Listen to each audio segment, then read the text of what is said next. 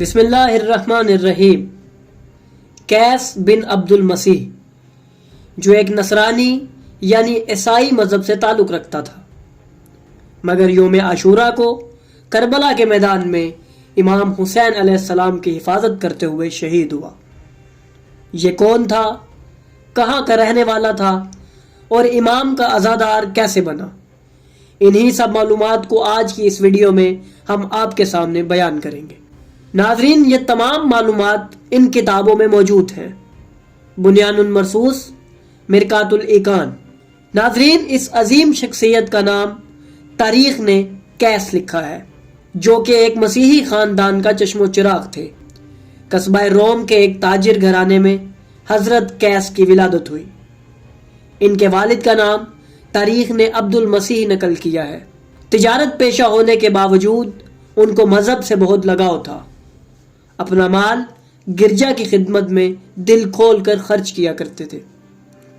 جس وقت ان کی ولادت ہوئی اور ان کے والدین انہیں غسل دینے کے لیے گرجا میں لے کر آئے تو ان کی سعادت اور خوش بختی کی دعا کی۔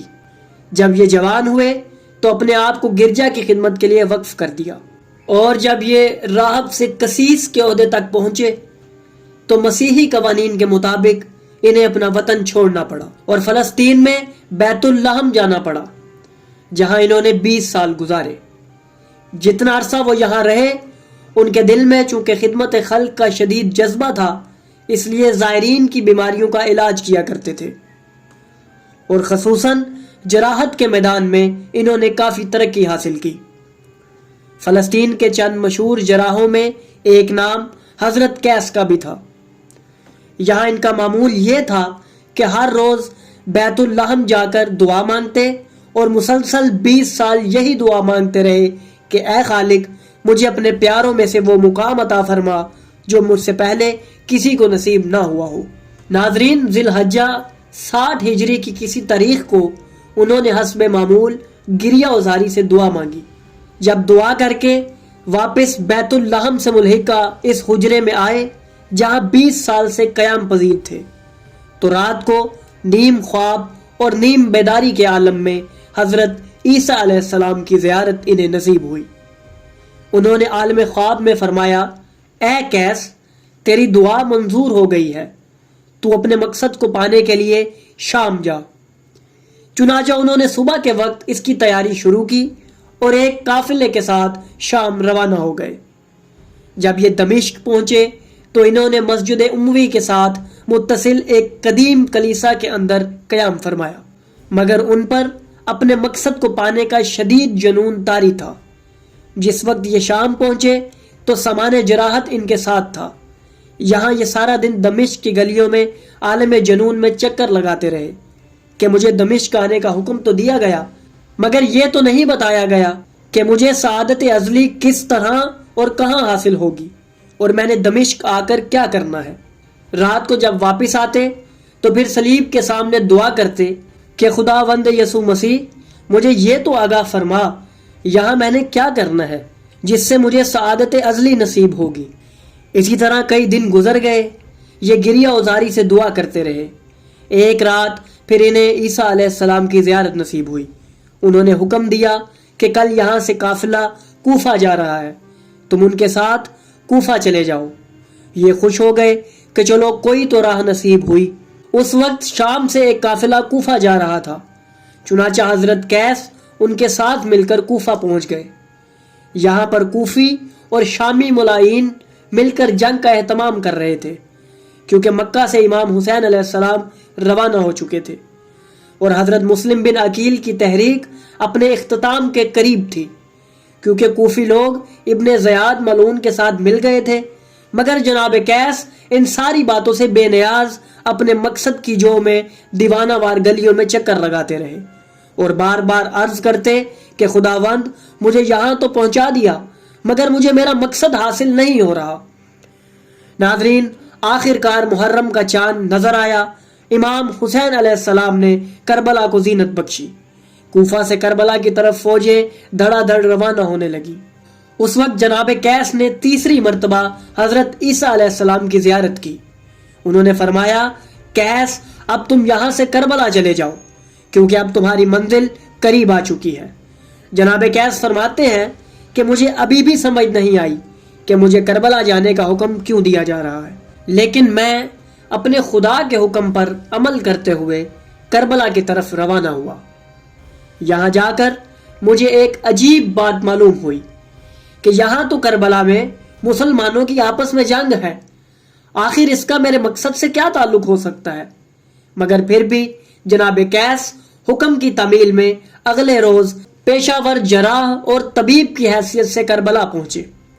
وقت گزرتا گیا، آخر کار شب عاشور بھی انہوں نے وہی دعا کی اور اپنی دعا مانگ کر سو گئے۔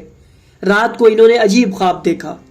میدان کربلا میں صحرا نہیں بلکہ ایک خوبصورت باغ ہے، اور اس گلستان کے درمیان ایک وسیع و عریض سبزہ زار ہے جس میں لاتعداد ملکوت اور فرشتے اور 1,24,000 انبیاء کرام جمع ہیں، مگر سب نے سوگ کا لباس پہنا ہوا ہے، اور اس باغ میں تعزیت کے لیے صف ماتم بچھائی ہوئی ہے، اور اس پر صدر نشین سرکار دو جہاں رسول اللہ صلی اللہ علیہ وآلہ وسلم، سارے انبیاء کرام، پاک رسول اور ان کے بیٹے امام حسین علیہ السلام کی شہادت پر تعزیت کر رہے ہیں۔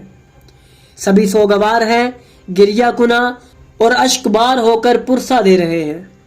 اس وقت جناب قیس نے دیکھا کہ اس مجمع میں حضرت عیسیٰ علیہ السلام اور ان کی والدہ آ کر شہنشاہ انبیاء سرور کونین کو پرسہ دے رہے ہیں، اور پرسہ دینے کے بعد عیسیٰ علیہ السلام نے جناب قیس کی طرف دیکھا اور مخاطب ہو کر فرمایا، اے قیس، کل تو ہمیں شہنشاہ انبیاء کے سامنے شرمسار نہ کرنا۔ انہوں نے یہی کچھ فرمایا مگر وضاحت نہیں کی۔ اس کے بعد جناب مریم جناب قیس کے پاس تشریف لائیں اور فرمایا، کل تیرے امتحان کا دن ہے اور کل تیرے مقصد کی تکمیل کا دن ہے، مگر خیال رکھنا کہ تو ہمیں ملکہ عالمین کے سامنے شرمسار نہ کرنا اور ہماری لاج رکھنا۔ جس وقت انہوں نے یہ فرمایا، حضرت قیس فرماتے ہیں کہ میں روتا ہوا بیدار ہوا۔ اس وقت صبح اعلان کے طبل بج رہے تھے۔ یہ بہت پریشان بھی تھا اور خوش بھی۔ سارا دن جنگ ہوتی رہی، یہ اپنے خیمے سے باہر نہ نکلا۔ جب ظہر کا وقت ہوا تو ایک شامی فوج کے سپاہی نے قیس کو آ کر بلایا۔ اس نے کہا کہ کوفہ کا ایک سردار شدید زخمی ہے، اس کا علاج کرنا ہے، لہٰذا تم ہمارے ساتھ چلو۔ اسے خیال آیا کہ یہ لوگ رسول اللہ کے امتی کہلواتے ہیں، اور اگر میں انکار کروں گا تو شاید حضرت عیسیٰ علیہ السلام شرمسار ہوں گے۔ اس لیے جلدی سے اٹھا، سامان جراحت ساتھ لیا، علاج کے لیے پہنچا۔ علاج کرنے کے بعد کافی مایوس حالت میں یہ ملعون کے خیمے سے باہر آیا۔ عمر ابن سعد ملعون کو سب لوگ جواب دے چکے تھے کہ ہم فرزند رسول کو شہید نہیں کر سکتے۔ یہ ملعون سوچنے میں مصروف تھا کہ اچانک اس کی نظر جناب قیس پر پڑی۔ اس نے فوراً انہیں اپنی طرف بلایا اور کہا، آپ کربلا میں جراحی کے لیے تو آئے ہوئے ہیں، لیکن آپ کو یہاں اتنی زیادہ کمائی نہیں ہوگی۔ اگر آپ ہمارا ایک چھوٹا سا کام کر دیں تو ہم آپ کو اتنا مال دیں گے کہ زندگی بھر آپ کو کافی ہو جائے گا۔ جناب قیس نے سوچا کہ بظاہر کام بھی چھوٹا سا کہہ رہا ہے اور اجرت اتنی زیادہ۔ اگر واقعی کام اتنا معمولی سا ہے تو ان لوگوں میں سے یہ کوئی کام کیوں نہیں کرتا؟ آخر جناب قیس نے سوچا پوچھ لینے میں کیا حرج ہے۔ انہوں نے سوال کیا، وہ چھوٹا سا کام کیا ہے جو میرے سوا اور کوئی نہیں کر سکتا؟ ملعون ابن سعد نے کہا، وہ سامنے دیکھو، میدان میں ایک مظلوم زمین پر بیٹھا ہے، زخموں سے چور ہے، اس سے کوئی خطرہ نہیں ہے، اور ہمارا کام چھوٹا سا ہی ہے۔ یہ مظلوم کو شہید کر کے اس کا اثر اطہر میرے پاس لے آؤ اور انعام پالو۔ حضرت قیس نے جواباً کہا، باقی سارا کام تو تم نے خود ہی کر لیا ہے، اس مظلوم کو زخمی کر کے زمین پر بٹھا دیا اور اب وہ زخموں سے چور ہو کر غنودگی کی حالت میں بیٹھا ہے، تو اب انہیں شہید کرنے میں تجھے کیا چیز روک رہی ہے؟ ملعون نے کہا کہ ہم یہ کام اس لیے نہیں کر سکتے کہ ہم کلمہ گو ہیں اور تم نصرانی ہو۔ تھوڑی دیر کے لیے اس نے سوچا شاید مسلمان دوسرے مسلمان کو قتل کرتے شرم محسوس کرتا ہے۔ پھر اسے اپنا خواب یاد آیا۔ اس نے سوچا کہیں میرا انکار عیسیٰ علیہ السلام اور ان کی والدہ کے لیے باعث شرمندگی نہ بن جائے۔ اس نے انکار نہیں کیا اور آمادگی ظاہر کر دی۔ حضرت قیس نے کہا میں جراح ہوں، فوجی نہیں، میرے پاس تو تلوار بھی نہیں ہے۔ عمر ابن سعد نے اپنے کمر بند سے فوراً خنجر نکال کر قیس کے حوالے کیا۔ قیس نے جلدی سے ابن سعد سے خنجر وصول کیا جسے تازہ دھار لگا کر چمکایا گیا تھا۔ یہ خنجر لے کر قیس امام مظلوم کی جانب چل پڑا۔ جس وقت یہ امام کی جانب جا رہا تھا اسے خیال آیا کہ جتنے بھی آسمانی مذاہب ہیں وہ قتل و غارت سے منع کرتے ہیں اور کسی بے گناہ کا خون بہانے سے روکتے ہیں، مگر میرا عجیب مقصد ہے جو کسی غریب کا خون بہانے سے حاصل ہو رہا ہے۔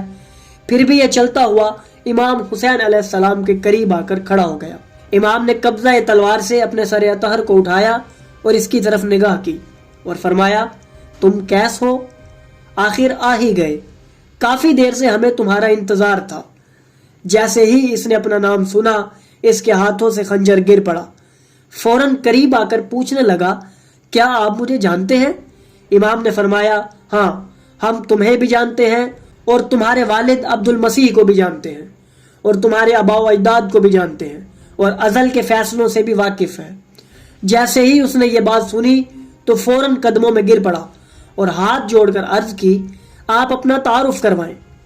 امام حسین علیہ السلام نے فرمایا مباہلہ کے روز رسول اللہ کے ساتھ 2 کم سن بچے تھے، ان میں سے ایک میں تھا۔